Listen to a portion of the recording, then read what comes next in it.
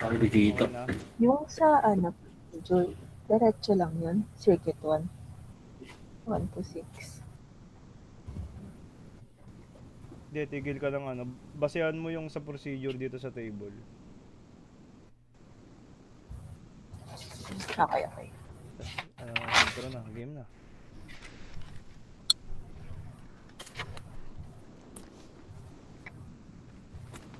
Okay na. Game na. So now we're going to perform experiment number 6, full wave center tap rectifier. For our objective, first is to be able to construct a full wave center tap rectifier circuit. Next is to observe and measure its input and output waveforms. Third is to examine the effects of an open circuited diode. And the materials to be used are as follows. One resistor with 10k ohms and two rectifier diode, one N4001, one breadboard, one VOM, one step-down transformer, center trap, and one dual trace oscilloscope.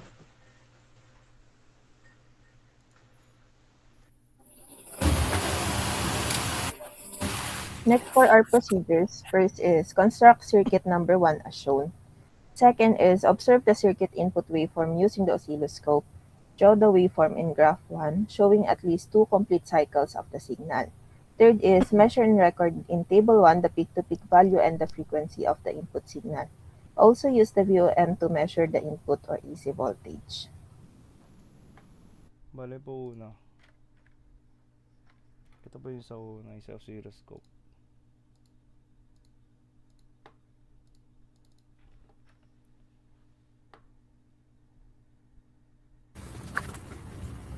Bale yung nakuha po ditong B peak is 1.2 times 2. Then using VOM naman,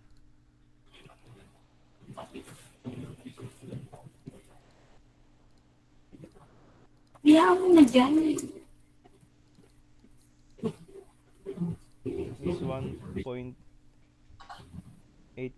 volts.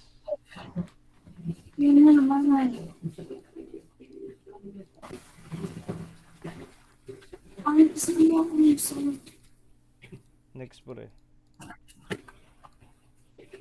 Ay, nasulat ba? Nasulat yung result?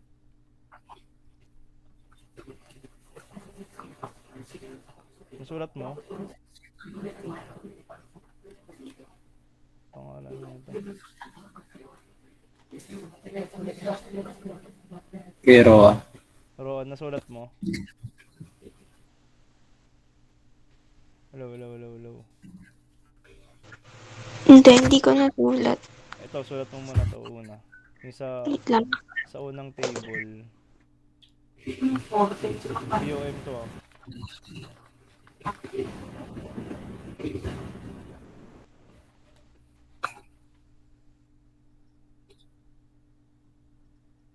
One 1.845.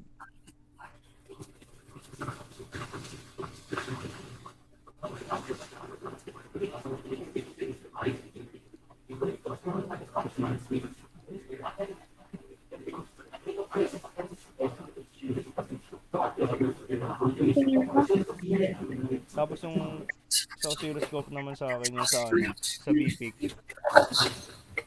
1.2 times 2. Ayun na yung lagay mo. Tapos yung frequency niya 60.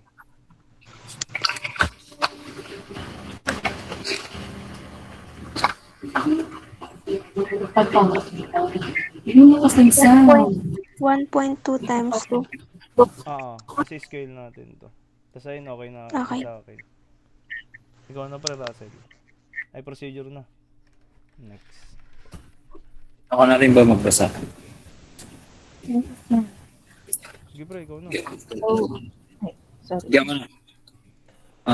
So for step 4 and step 5, we observe the circuit output waveform and we will draw the waveform in graph 2. And for this, we measure and record the peak voltage value and the frequency of the output signal. Again, use the BOM to measure the output DC voltage. Firstly, we connect, di ba yung oscilloscope muna pre? Kukonekta dito. Ah, Tapos pakita mo yung waveform yan. So, ganito po yung wave niya. Ano lang siya, full wave siya, pero nasa positive lang po. Tapos, with the scale of 2 volts per division. Ilan yan, pre? 1 point, ay 0.5 ata. Kung parang, ano nga, parang 0.5 nga. Bali 0.5 times 2. 5, sige. Nalista mo? 0.5 times 2. Bali may 9. Ay, 9. Ang laki ng 9, ah. Wag. BOM pre. Tapos, for the value of BOM, meron tayong date, no?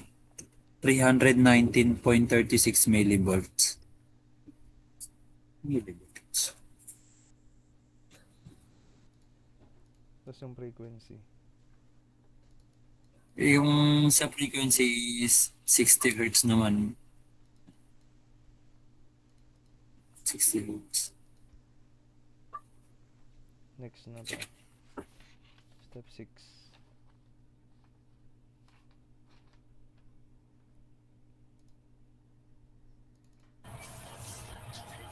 Narinig ba ako? Oh, pre, rinig.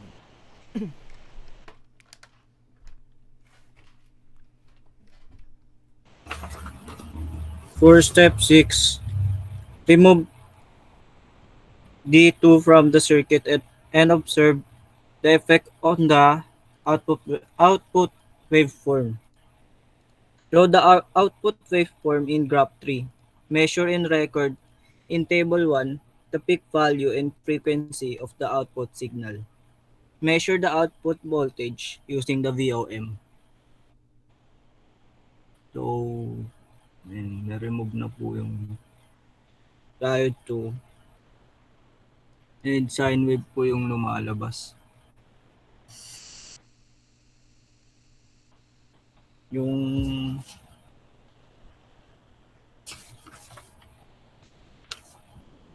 peak value naman po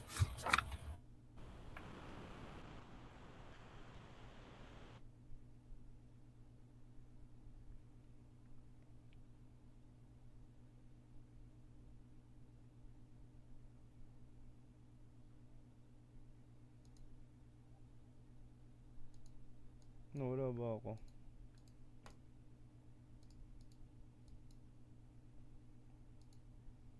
Eh, siya ata nag-DC.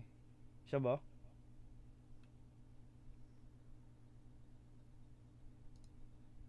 Si Bon ba nag-DC pre?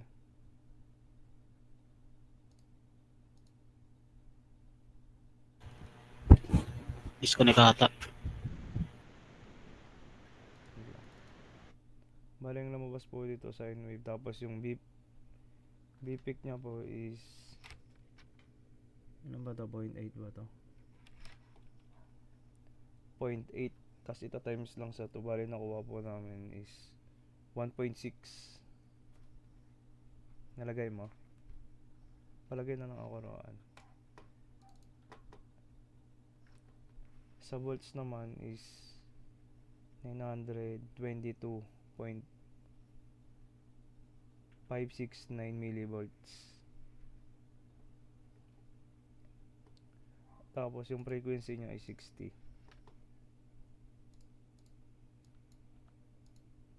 Okay na.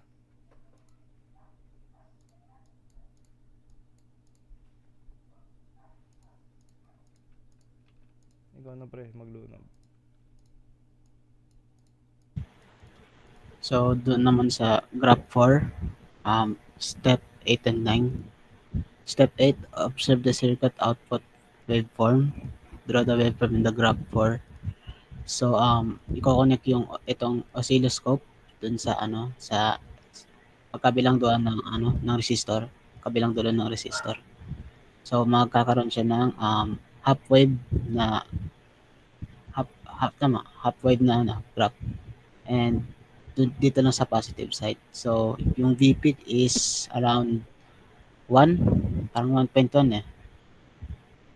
1, no? Tama, pre. 1. 1. Tapos the times sa 2. Ayun, 1. Then the times sa 2 para sa VP minus V. Next is step 9, measure the and record the peak value. Yung peak value is 1 and the frequency of the output voltage. So yung frequency ng output voltage is remain the same, 60 Hz. And then use the VOM to measure the output DC voltage. So nagre-range ang resistor dito sa circuit to ng 804.5 ay 804.52 millivolts. Ayan.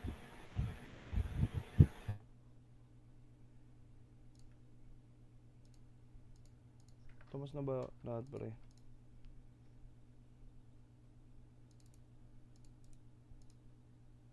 Okay na yun, pre.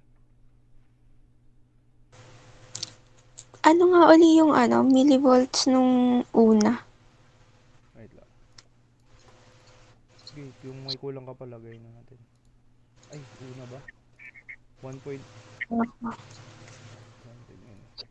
1 point, ito sinandi Aden.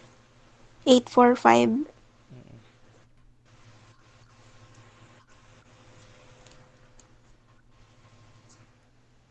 Okay na.